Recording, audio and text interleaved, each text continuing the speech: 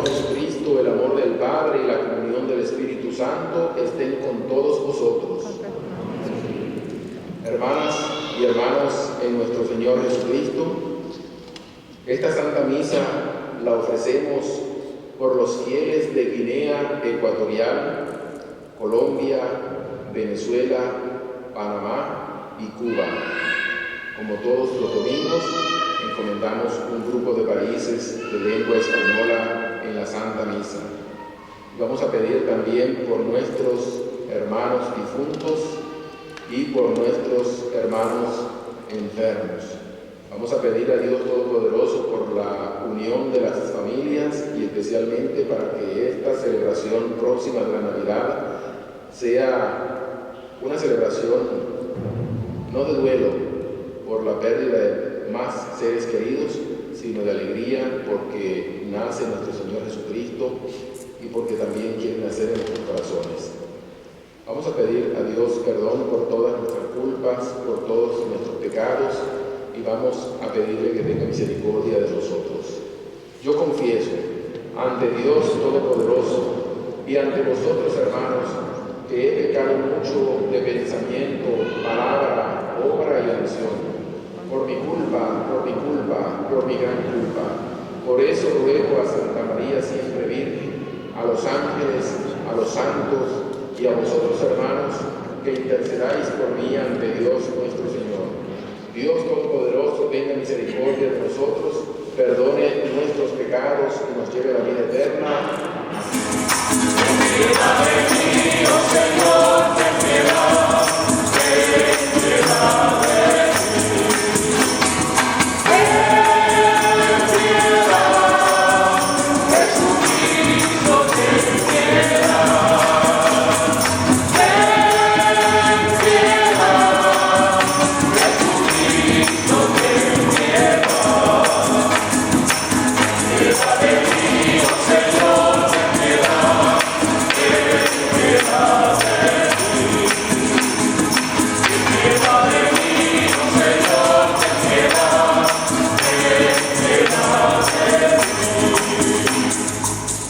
En el año 15 del imperio del emperador Tiberio, siendo Poncio Pilato gobernador de Judea, y Herodes tetrarca de Galilea, y su hermano Filipo tetrarca de Iturrea y Traconítide, y Lisanio tetrarca de Albilene, bajo el sumo sacerdocio de Anás y Caifás, vino la palabra de Dios sobre Juan, hijo de Zacarías, en el desierto.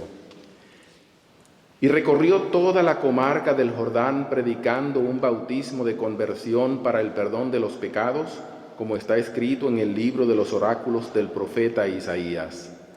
Voz del que grita en el desierto, preparad el camino del Señor, allanad sus senderos.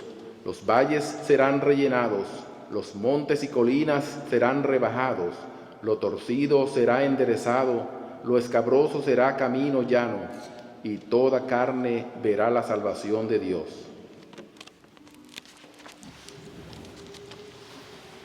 Palabra del Señor. En el año 15 del imperio del emperador Tiberio, ya sabemos que César Augusto gobernó desde el año 6 antes de Cristo hasta el 14 después de Cristo, y después vino Tiberio. Pues bien, allí nombra al emperador, pero también nombra a un personaje muy importante y que todos los cristianos lo conocemos, llamado Poncio Pilato. Pues bien, este tenía una capacidad de orden que dependía directamente del Imperio Romano, impuesta al pueblo judío, que era la obligatoriedad de todos los judíos de pagar el impuesto, y además de eso que toda la milicia estaba puesta en las manos de Poncio Pilato. Pero aquí también se nombran a 3 de los 4 tetrarcas. ¿Qué es un tetrarca? Un tetrarca es una persona que se ocupa de la 4ª parte de un territorio. Y entonces se nombra a 3 hermanos que son a su vez tetrarcas en regiones diferentes. Herodes, tetrarca de Galilea. Filipo, tetrarca de Iturea y Traconítide. Y Lisanio, tetrarca de Abilene. ¿Dónde están ubicadas estas regiones? La una está ubicada en Cesarea Marítima, al lado del mar. La otra está ubicada en lo que nosotros conocemos hoy como el comienzo de la región de Siria, que está ocupada hoy por Israel, que sería la región de Cesarea de Filipo. Y la otra está ubicada, se llamaba Ávila, por eso se llama Abilene, porque viene del nombre Ávila, ubicada al lado del Líbano, o sea, casi entrando al Líbano. Estas tres regiones estaban completamente controladas por el Imperio Romano. Además, habla también de otro poder, que no es el político, sino que habla del poder religioso. Y en este caso, nombra a dos sumos sacerdotes. Uno, Anás, que ya es un anciano para esta época, y Caifás, que es su yerno, pero que es un gran amigo de Poncio Pilato. Por eso la crucifixión de nuestro Señor Jesucristo fue un arreglo entre esos dos personajes, uno político y uno religioso. Ahora bien, ¿por qué la introducción de la profecía de Juan el Bautista? Porque Dios no está pendiente de si tú eres poderoso, bien sea política, económica o religiosamente, para fijarse en ti, sino si tú eres sencillamente una persona humilde. Y eso era Juan el Bautista. Juan el Bautista tiene una gran connotación en la Biblia. Dos partes dividen a este profeta. De él dice Jesús que nadie hay más grande entre los nacidos de una mujer que Juan el Bautista. Pero Juan pertenece al Antiguo Testamento y pertenece al Nuevo Testamento.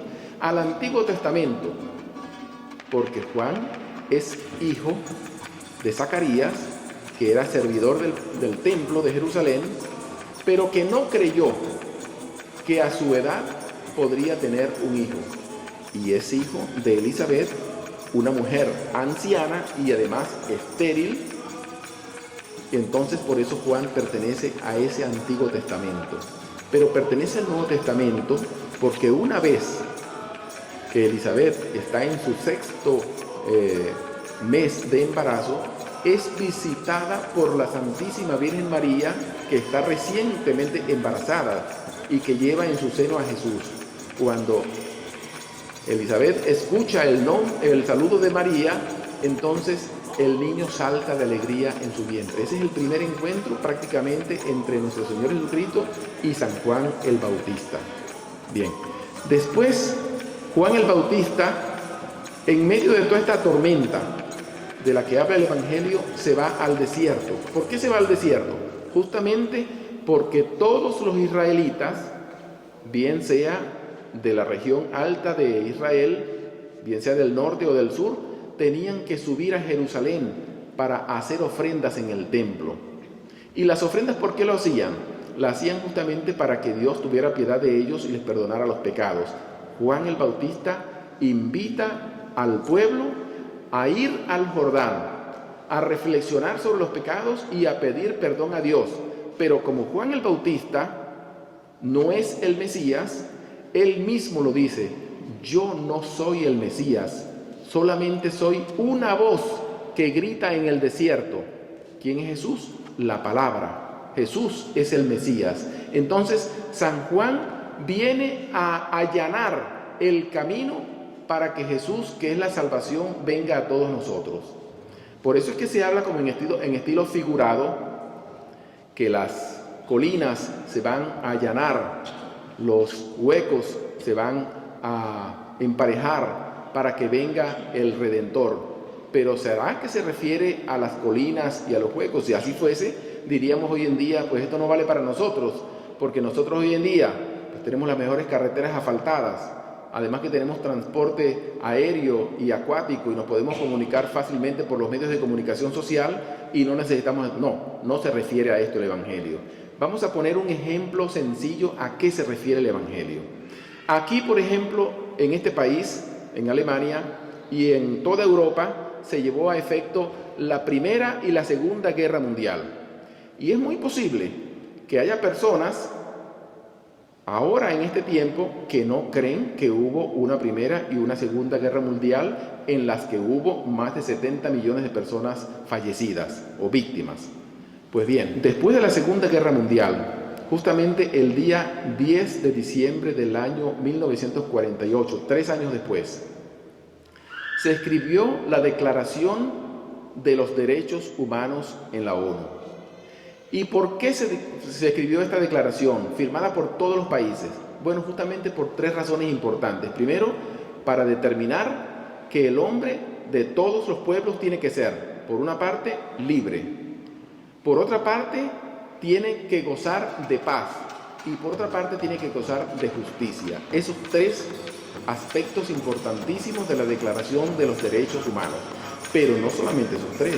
Hay 30 artículos de la Declaración de los Derechos Humanos que invitan a que los hombres pensemos y reflexionemos en que nosotros no somos solos en este mundo, sino que somos una masa de seres de diferentes posiciones políticas, religiosas, sociales y de cualquier orden, pero que somos los que estamos obligados a conservar el orden. ¿Por qué digo esto?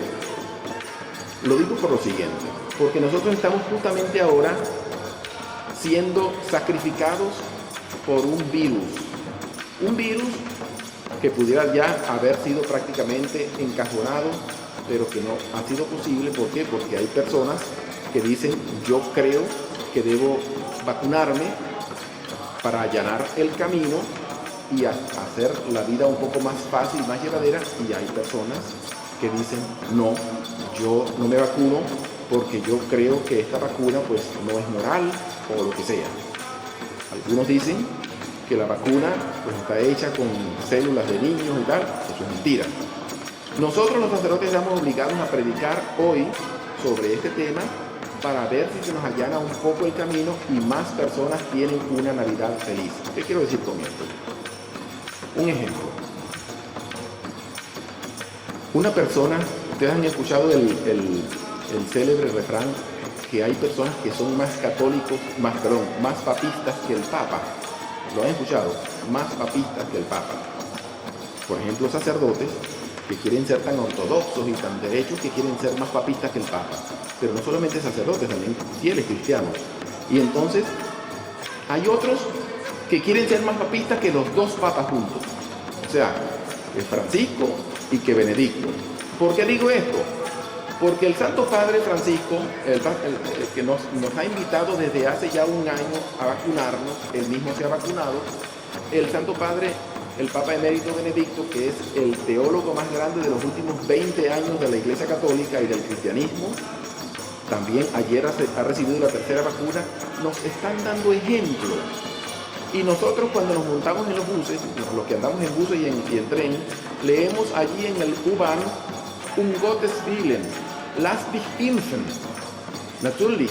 Also, es que por amor de Dios, tenemos que vacunarnos, porque nos lo enseña la ciencia, nos lo enseñan las leyes y nos lo enseña la Iglesia, para cuidarnos a nosotros mismos y para cuidarnos a otras personas. Y así, entonces, allanar el camino para que en estas Navidades también haya personas felices. Les pongo otro ejemplito. Hace 3 años yo fui secuestrado en mi propio país, pero tuve la gran ayuda y la gran generosidad del nuncio apostólico, Monseñor Aldo Giordano, italiano, que fue nuncio apostólico 7 años en Venezuela. Lo recuerdo con un gran cariño y hasta con un gran amor, porque él se desprendió de su propio vehículo y de su propio chofer, que me llevó por todas partes de Caracas a solucionar mis problemas porque me había perdido todo. Bueno, resulta de que ese nuncio, ahora en el mes de septiembre, fue nombrado nuncio ante la Unión Europea. Saltó de Venezuela a nuncio de la Unión Europea. Pues bien, el Santo Padre lo invitó al encuentro eucarístico en Budapest y Antes de ir, tenía una vacuna, ya estaba vacunado una vez, y antes de irse al encuentro se hizo el test, que era obligatorio, y se fue y fue negativo. Pero después del encuentro regresó a Lovaina y regresó contagiado con COVID. ¿Quién lo contagió? Uno de esos católicos moralistas que no cree en lo que dice la iglesia y en lo que la iglesia enseña, y lo contagió. Hace 2 días murió. ¿Podemos evitarlo? Podemos evitarlo. Entonces vamos a allanar el camino. Nosotros estamos contentos, cantamos, gozamos, sí, pero hay otras personas que están tristes, que están llorando a sus seres queridos que han muerto. Entonces, los católicos tenemos que ser testimonio también para la otra parte de la humanidad. Vamos, queridas hermanas y queridos hermanos, a allanar el camino, tal cual San Juan el Bautista, para que todo el mundo, por lo menos los que tengan relaciones con nosotros, tengan la oportunidad de celebrar una Navidad en paz, en alegría. Yo sé que este año no va a ser posible, pero por lo menos con la tranquilidad de que nosotros no somos motivo de contagio para otra persona, porque el virus sí que está por allí y el virus sí que está matando a mucha gente. Bueno, que Dios nos bendiga y que Dios acompañe y bendiga a nuestro Santo Padre, el Papa Francisco, y al Santo Padre, el Papa Emérito Benedicto. Amén.